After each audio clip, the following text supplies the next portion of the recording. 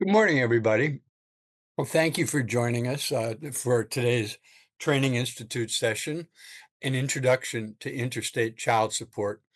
We're very lucky today because we have with us Eileen Culhane, who is our resident expert on interstate issues and who created this PowerPoint and is currently working on a course for child support staff workers so they can better handle child support issues that uh, bridge to two different states or two different counties in New York or even uh, New York and some other countries. So she'll be able to explain everything about that.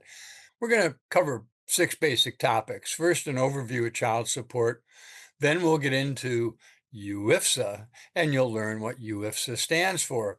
We'll talk about enforcement in interstate cases, interstate inquiries. We'll talk about international and interstate um, situations and offer you some resources.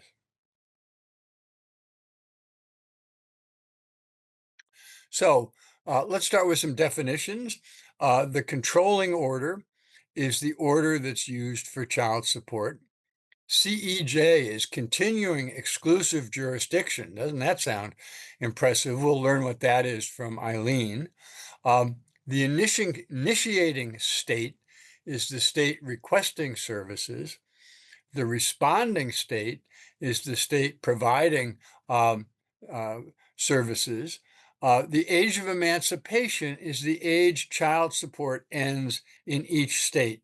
And because child support is state supervised, the age of emancipation varies from state to state. It can be as low as 17 or as high as 21, which is the age of emancipation in New York State. Cash assistance, cash assistance benefits um, are important to child support because when the child or children on the case are receiving benefits, that means the non-custodial parent is paying child support that goes to DSS, the Department of Social Services, and probably results in a pass-through to the custodial parent if payment is being made on a regular basis. So we're going to start with an overview. So some of the benefits of child support are first that legal parentage is established, and that's important. Without legal parentage, which used to be known as paternity, being established, there cannot be a child support order. We have to know who the parents are before we can establish an order. Um, Regular payments are made based on the NCP's income. We have formal documentation of financial support, which is helpful because it avoids arguments and discussion about you didn't pay me last month. Yes, I did. No, you didn't. Yes, I did. So that's a big benefit of child support. Collections are enforced, and we'll talk a little bit about enforcement, particularly in the interstate context. The cost of raising a child is shared by both parents. And I can't stress this enough. The philosophy at the Office of Child Support Services is that regardless of how a child is brought into the world, whether it's the child is the product of a marriage of some duration or a relationship of some duration that then turns sour, or if the child is the product of a very brief affair, regardless, both people who brought a child into the world have a responsibility to contribute to that child's financial and emotional well-being. Um, and I can't stress that enough. And if the another benefit is that if the NCP or the CP changes states, child support will continue. And just going back to legal parentage being established, that also means that if the child is eligible for benefits from the non-custodial parent, better veterans benefits or Social Security benefits, that those benefits will flow to the child. So we see a lot of benefits to child support.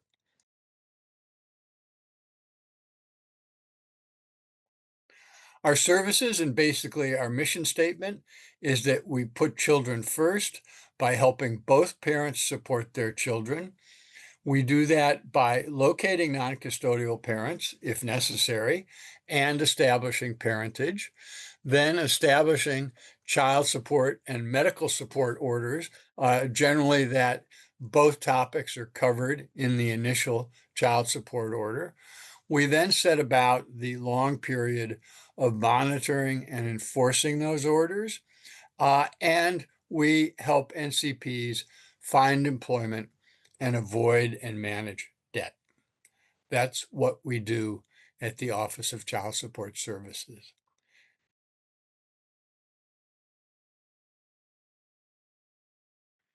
Our clients are mothers, fathers, and guardians, regardless of income or immigration status. That's the policy in New York State. We do not look to immigration status. We do not treat people differently based on their income, other than taking the non-custodial parent's income into account when setting the amount of the child support obligation.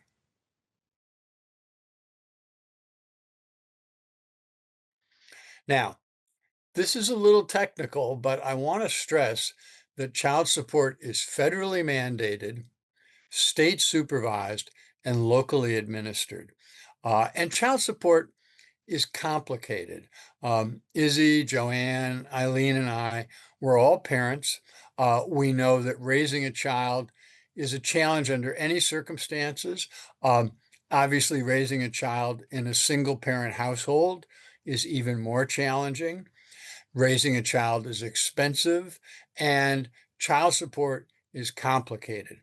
Uh, it was federally mandated 50 years ago this year, um, when President Gerald Ford expanded the Title IV D of the Social Security Act to mandate child support. It's state supervised. Now, I mentioned a minute ago that in New York State, we offer child support services to everyone without looking at immigration status.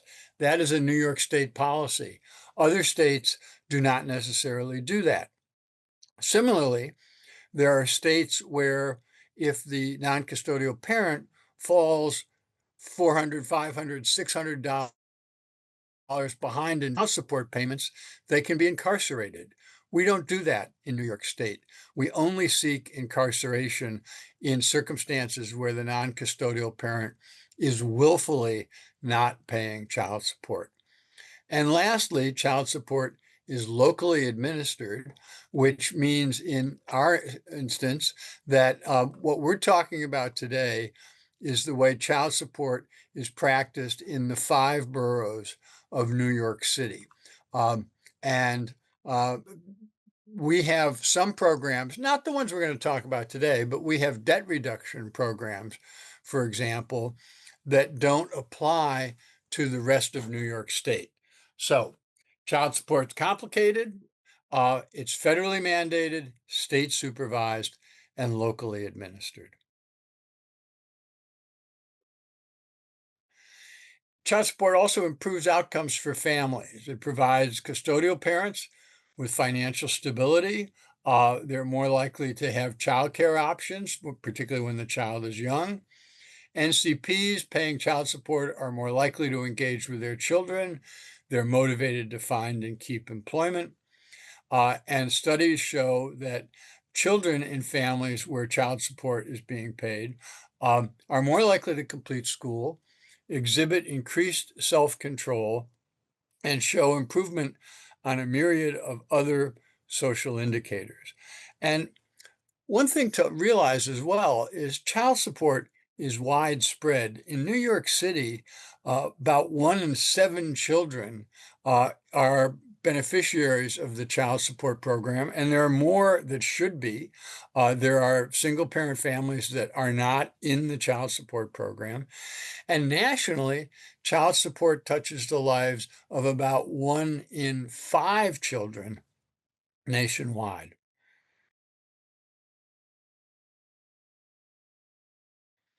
Here you can see, and these stats are a little out of date, but they haven't changed all that much. Over 200,000 children on cases with orders in New York City, 40,000 on cases where we have not been able to establish an order as yet, um, 230,000 children under 18 in our caseload. Remember, the age of emancipation in New York State is 21. And as I said earlier, 1 out of 7 children are involved in the child support system. Next. And back in 1975, by the way, part of the reason Gerald Ford, who was president in 1975, signed the legislation is he himself was grew up in a single family in a single parent family until his mother remarried. The father, the man who gave birth to, was the father, not didn't give birth, excuse me. The man who was the biological father of President Gerald Ford moved out of the state where the family lived and never paid a penny in child support. So in 1975, it was principally a cost recovery program focused on paying back government benefits. And over these 50 years, it has moved toward being a child focused program that recognizes the importance of both parents in the child's life. And we do everything we can to try to promote it.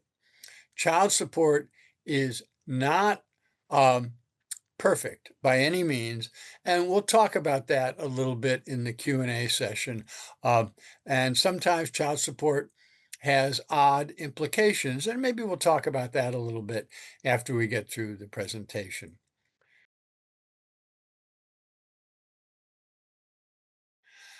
We hope that in a two-generation approach, particularly for low-income families, we can help children receive the support they need and work with parents to reduce financial stress, thereby breaking the cycle of poverty across 2 generations. That's part of our goal. Now, one thing to realize is we have a long relationship with the custodial parent who has custody of the child the majority of the time and the non-custodial parent. If a case is opened, for example, when the child is 2 years old, we're going to be working in all likelihood with the parents for the next 19 years until the child turns 21. And you're stuck with us. It's not like you can never fly United Airlines because you've had a bad experience with United and you'd rather fly any other airline. If you're involved in the child support program, you're going to be working with OCSS. After opening a case, we establish parentage. Then we go to family court to establish the order. And then we set about the lengthy process of collecting and distributing support and, when necessary, enforcing or modifying an order. And I want to stress child support is intended to address who the non custodial parent is at a given time. If the non custodial parent's income decreases, that individual should apply for a downward modification. Similarly, if the income increases, there should be an upward modification. It is not uncommon for a child support case to see multiple orders over the span of the life cycle of the case. And with that, I'm going to turn the presentation over to Eileen Culhane. Thanks, Chuck. Good morning, everybody. Let's get started with the types of cases OCSS covers and UIPSA. So there are four types of child support cases that OCSS can work with. So the first type is a local case, and that's a case handled entirely by OCSS. Now, intra-state cases are cases involving cooperation between two counties in New York State. Interstate cases are cases involving cooperation between two different US states or territories. International cases are cases involving cooperation between child support agencies in two different countries. So, in every case that's not local, another jurisdiction is working with OCSS on the case.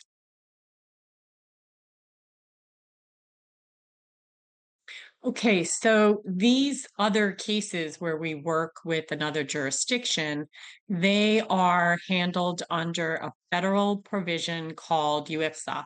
So, what it stands for is the Uniform Interstate Family Support Act.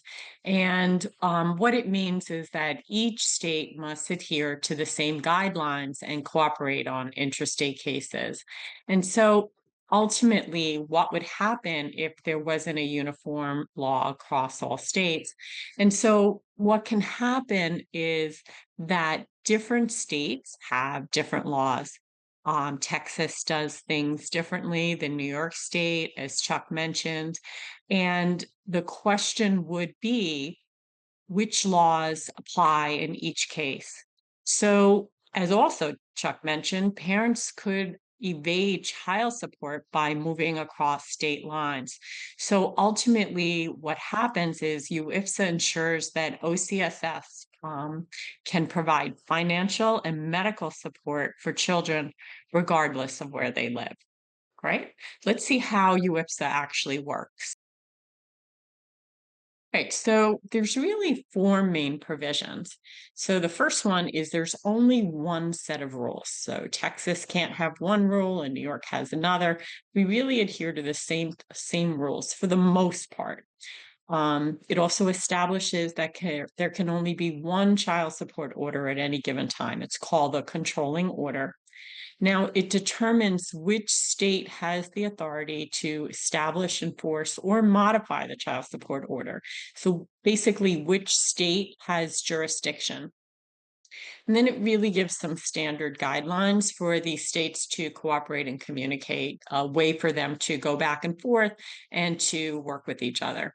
So, beyond evading child support, what else would happen without UIPSA, which did happen in the past, is there would be multiple orders in multiple states, and it would be very difficult to enforce, know, really how much the NCP owes, and tracking payments. So, what UIPSA does is brings that all under one umbrella. Okay, let's take a look at what actually an interstate case is.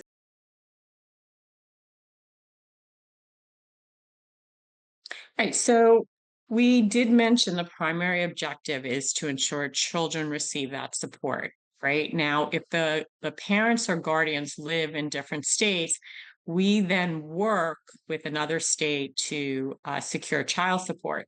So, if two parents initially lived in New York, and with an open child support case, and one moved to California and stopped making payments. So OCSS would may then work with the agency in California to collect support. At that time, the case then becomes an interstate case, and it becomes governed by the laws of UIPSA. And so basically, one of the key components is when we are working with another child support agency in another location. Okay, let's take a look at what is not an interstate case. Right. So there are situations when parents live in different states, but the case is not an interstate case. Parents can move for all sorts of reasons. For example, if one parent moved to California, but they continued to make child support payments, OCSS would not need to work with the agency in California for enforcement. So an interstate case probably would not be created. So for the case to have that interstate umbrella, two child support agencies must be collaborating, and they both must have an open child support case in their system. Okay, let's take a look at multiple jurisdictions, which sometimes happens.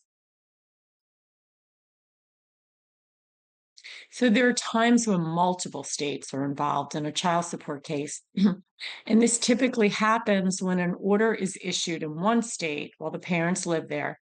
And then later, both parents move to different states. So in this example, Texas issued the child support order. The custodial parent moved to North Carolina. North Carolina now becomes the initiating state, which is seeking child support. The non custodial parent moved to New York. So New York becomes the responding state and it's responsible for enforcing the order. So if we ask which state's laws apply in this case, the way it works is because Texas issued the order, Texas's laws determine the age of emancipation and the child support amount. North Carolina, asks for enforcement, and New York, as the responding state, will use its laws to enforce the order.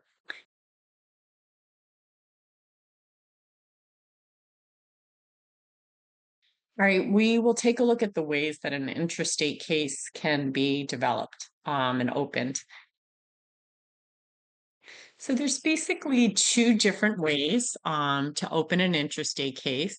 For non-cash assistance cases, a case not on cash assistance, a CP can go into the family court support services. And what they will do is work with our law department on New York City Corporation Counsel, who will fill out the paperwork and begin the process of working with another state to open the case. If it's a cash assistance case, the CP will be asked to go into our borough office and they will begin the process of developing an interstate case. So in either case, you can contact us at that email address there. We'll be giving that out for different reasons throughout the training, but put the subject heading interstate order and you can get the process started. All right, as Chuck mentioned, you'll be receiving this PowerPoint after the presentation, but here are the locations of our New York City Corporation Counsel Law Office.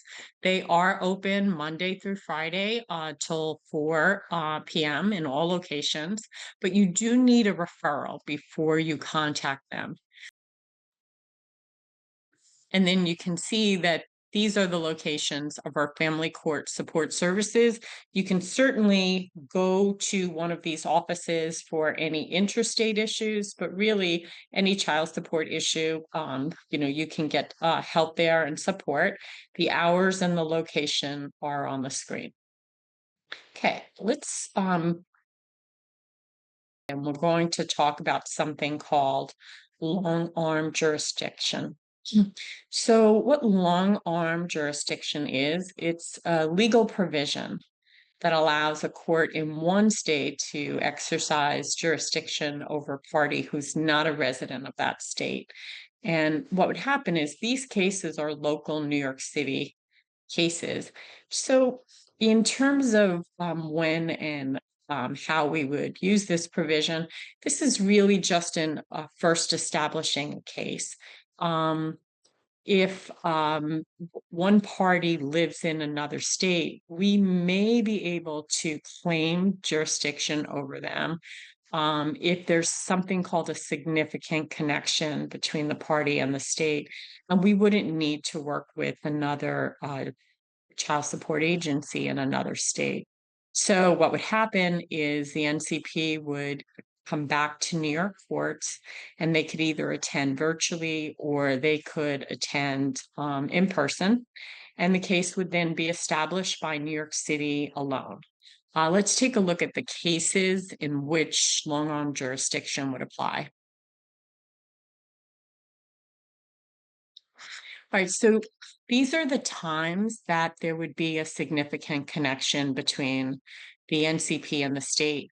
So if the NCP ever lived in New York State with the child, or if they provided prenatal expenses or support, if they ever were personally served with court papers in New York State, or they submitted to New York State's jurisdiction. Also, if the child may have been conceived in New York State, or if they lived in New York State, because, and this is a legal term of acts or directives of the NCP. I think the two cases in which this is in fact used is if there's any kind of concern of domestic violence, if the child had to come to New York because to, escape domestic violence, or perhaps the NCP asked the child to live in New York to be closer to family. All of those would be considered a significant connection. And now we're moving on to enforcing an interstate case. So let's take a look at some of the provisions we have in the following slide. So if we are asking another state to enforce a New York order, or vice versa, if the other state is asking New York to enforce their order, right? There's some provisions that apply, which is it isn't something voluntary. You get to choose. All states are required to do this, and any state can ask another state to enforce an order. If an NCP is working in another state, and state sends a income withholding order, it really must be honored by every employer throughout the U.S. And other states can also pursue judicial action in terms of enforcement. So these are really just some of the guidance that's put down in terms of enforcement. Okay, so most states really just adhere to the same type of administrative enforcement actions. And if you are familiar with child support, you're probably familiar with some of those actions, right? The income withholding order, driver's license gets suspended, passports can be denied, lottery can be intercepted, and there's reporting to the credit agencies, as well as different types of other actions in terms of property and personal injury claims. But there is one type of enforcement action that it seems both the initiating and the responding state can enforce. And why don't we go ahead and animate the next? Yeah, that's the federal tax refund offset. For whatever reason, perhaps because it's federal, either state can go ahead and use that enforcement action. The reason it's mentioned is because it can lead to confusion for parent as to who is in fact enforcing the order. So in terms of challenging, um, you know, uh, child support is not a perfect process, as Chuck mentioned. Mistakes have been made. They've been made in terms of administratively, an accounting error, or maybe a mistake in terms of a person, who they are. So an NCP at any point can challenge an enforcement action. And so if it's an interstate case, that doesn't change. An NCP can challenge any enforcement action on an interstate case, and they are handled in the same manner as a local case. The only difference is that OCSS honors the court order details of the state that issued the order, and then they adhere to our administrative enforcement rules in New York City. And so NCPs can at any point challenge an enforcement action going forward. Okay. All right. So what we'll look at next is the types of inquiries that come in to OCSS for interstate cases, and there's about 6 of them that our parents mostly ask for help with on interstate cases, and we'll take a look at each of those in detail. So they're mostly asked for help with modification if their support payments are not coming in, if they have a virtual court appearance, sometimes they'd like to register their order in another state. They'd like help getting their court order, or they'd like help with account issues. As I mentioned, there's sometimes accounting problems. So we'll take a look at all of those, and we'll start with where somebody should go for help.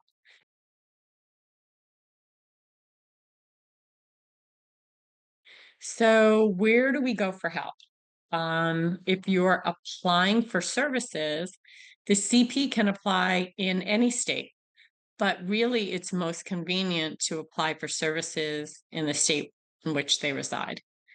Now, if there's already an existing case, they should contact the child support agencies where you're the client, and then the agency where you're the client will contact the other state on your behalf. And if you're making a payment, you can use any of our self-payment options if an IWO is not in place.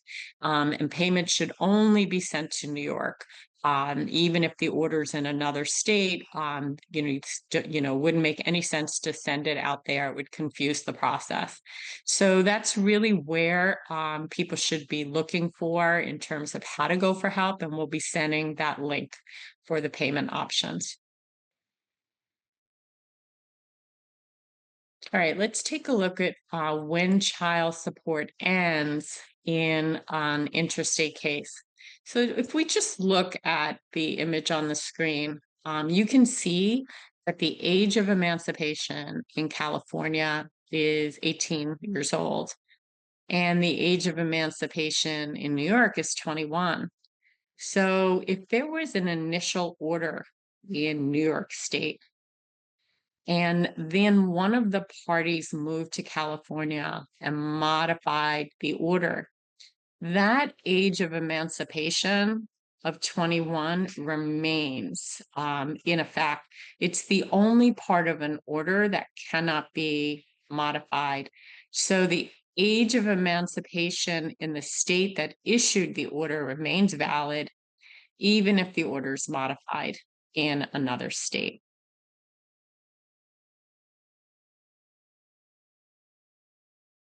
Which discusses something called continuing exclusive jurisdiction. And in short, it's the authority to modify the child support order. And so once people start moving around states and different states and same state, and they want to start modifying the order, there is confusion about where that should happen. And it's really broken down into 4 rules, and we'll take a look at those 4 rules next. Okay, so here's the first rule. If any of the parties, and that includes the child, still lives in the state that issued the order, only that state can modify the order. So if none of the parties still live in the state that issued the order, that state cannot modify the order anymore. They've lost what's called CEJ. So if none of the parties live in the state that issued the order and all of them now moved to the same state, that new state can modify the order and they now have jurisdiction. Okay, and the last rule. So if none of the parties live in the state that issued the order and all of them now live in different states, the parent seeking the modification must modify the order in the other parent state. And that's something called the playaway rule, and it was enacted to prevent a race between states to get the order modified first. Okay, and there is an exception to these rules if both parents agree in writing to a different state modifying the order, then that can happen.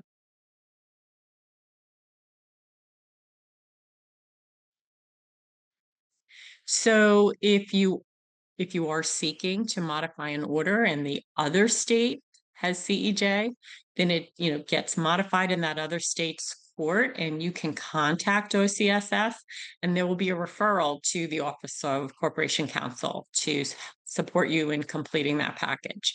Now, if New York State has CEJ, it does get modified in our courts.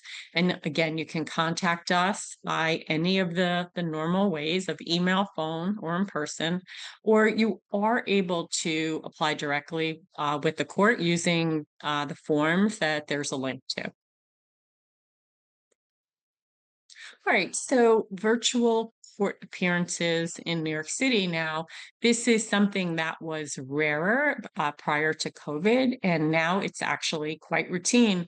So, since COVID, the New York City court system routinely conducts virtual court appearances using Teams and telephone conferencing. And the meeting invitation or court appearance notification tells participants how their appearances are scheduled. And a couple of things to keep in mind when there are these virtual court appearances, there are rules about keeping your camera on and dressing appropriately. The court will call the participant on the date and the time of hearing, and and they're asked to have certain parameters in terms of their technology and microphone. And so I think people have become obviously more familiar with that as time goes on. But the important point here is that this is actually routinely done now, not just on interstate cases. It's routinely done, which is really a benefit for most people to save time in terms of travel and childcare, that court appearances can happen virtually.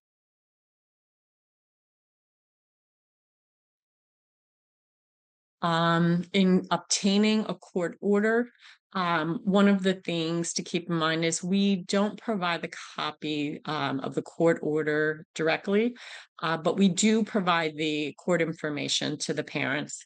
And this NCP lives in New York and is asking OCSS to request a court order. So in that case, so if the order's registered in New York, you can contact OCSS, and any information is helpful to locate the order. If you give us any, specific information, we can help you track it down and give you that information. Now, if the order's issued in another state, um, you can contact the other state directly, or and there's a link there of all the child support agencies where you can get contact information.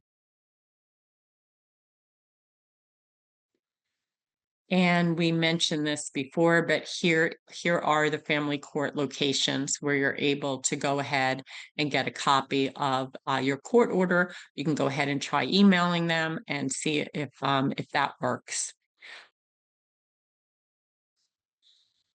So assistance with support payments. So something to keep in mind, if you are the NCP in New York, and if you are the CP in New York and you work with OCSS, the way that it works is you contact OCSS and then we contact the other state on your behalf. So if CP in New York is not receiving their support payments, contact us and we will do the investigation for you. And that works the same way with the other state. The client there would contact the other state and work with New York.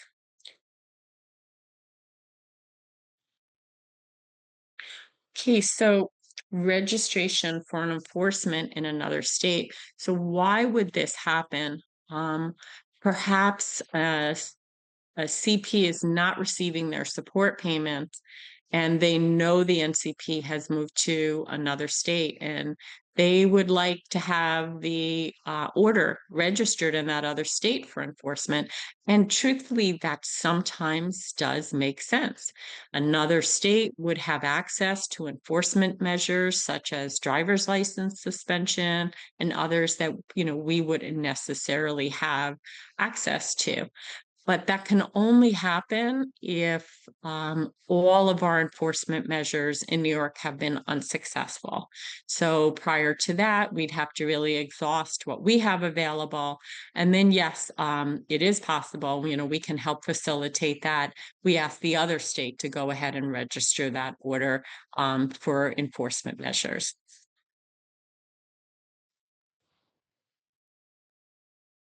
And so just some guidance there. We can still enforce an order if an NCP does move to another state. If the payments stop, registering that order might be more effective. And as I mentioned, the enforcement measures in New York State must first be exhausted. And so these are the reasons, and what this is, New York is saying that the NCP owes $2,000, but there's somebody in Michigan, a child support agency, that's saying, no, no, they owe $2,500. And so there's a discrepancy between the states. And sometimes, as I mentioned, they can occur because of an account error. Sometimes the NCP made a direct payment that hasn't been accounted for. As I mentioned, that tax refund offset will throw off accounting. There's occasionally a time when one state charges past the date of emancipation. They didn't seem to realize that, this order ends at 18, not 21. And then very occasionally, an order can be mistakenly doubly enforced by states. And all of those will lead to discrepancy. And so if you contact OCSS, they will resolve the issue with the other state. But as an NCP or a CP, any client, what you have the right to do is request a payment history or an account statement from OCSS, which will list all the payments. And so if somebody is looking to do their own accounting and reconciliation, you can order those statements from OCSS to gain more information. Okay, let's speak about international and how those orders are processed. All right, so let's take a look at these reciprocal agreements. So the way it works is, if you can imagine, people were able to evade child support by moving to another state. Imagine now moving to another country. And even not just for evasion purposes, it's just the fact if two people live in different countries, how can that other country go ahead and collect child support? So what these countries ended up doing was put together some agreements, right? And the biggest agreement is the Hague Convention countries, where many countries were able to get together and hammer out an agreement of how they would work together. Not everyone joined the Hague Convention, so both countries and other states started piecing together other agreements, and there's something called foreign reciprocating countries, and they have arrangements with the U.S. government, and they're not in the Hague Convention. And so New York State then started crafting reciprocating country agreements just for a couple of countries that were very well represented in child support for us. And then there's something called direct application. If they're not in any agreement, but they have laws similar to the United States, it is possible to apply for child support, and they can craft out an agreement. Now you can imagine it's more complicated to get these kind of cases established. There's even currency exchange issues. The forms may need to be, transcribed into another language, but it is being done. Let's take a look at the next slide. All right, so these are the countries where there are reciprocating agreements. And you can see that those are the Hague Convention countries. It's all of Europe for sure. There's the foreign reciprocating countries with all the Canadian provinces and territory, except for one. And then New York has created agreements with Quebec and Mexico. And you can have this when we will send out the deck. So once these cases are set up, they operate in a very similar fashion to interstate cases. The initiating agency submits a request, the responding agency, we will take the appropriate action, and then payments are referred to the initiating agency. And so they are more challenging and complex and can take longer to process, but we are able to enforce these cases and provide child support payments to parents. And let's go on to intrastate cases. Okay, so just to keep in mind, the parents can move for all sorts of reasons. They can move to another state, they can move to another county, and nothing needs to happen. Oftentimes, the case can remain where it is. There are cases in our system where maybe both parents move, but as long as the case is functioning properly, we would not necessarily need to change things or open up a case with another county. Usually something needs to happen. So just because somebody moves to another county, we can usually go ahead and enforce that order and vice versa. But there are instances when an intrastate case does get developed. So let's take a look at that. We know that it's an intrastate case when we are working with another county, New York State, a child support agency, but they develop when the CP moves to another county and then applies for cash assistance. So then both counties really do need to open up a child support case, and the case becomes an intrastate case. Okay, let's take a look at one more aspect of intrastate cases. So there's something called supplemental accounts, and this happens if a parent applies for benefits such as cash assistance in one county, and then they go ahead and move to another county. It's then possible that arrears are owed in both counties, and they can't be transferred. And in that case, there'll be two open child support cases. And why don't we go ahead and animate the slide? And we can see that initially there'll be a local child support case with OCSS, and arrears are owed to our DSS.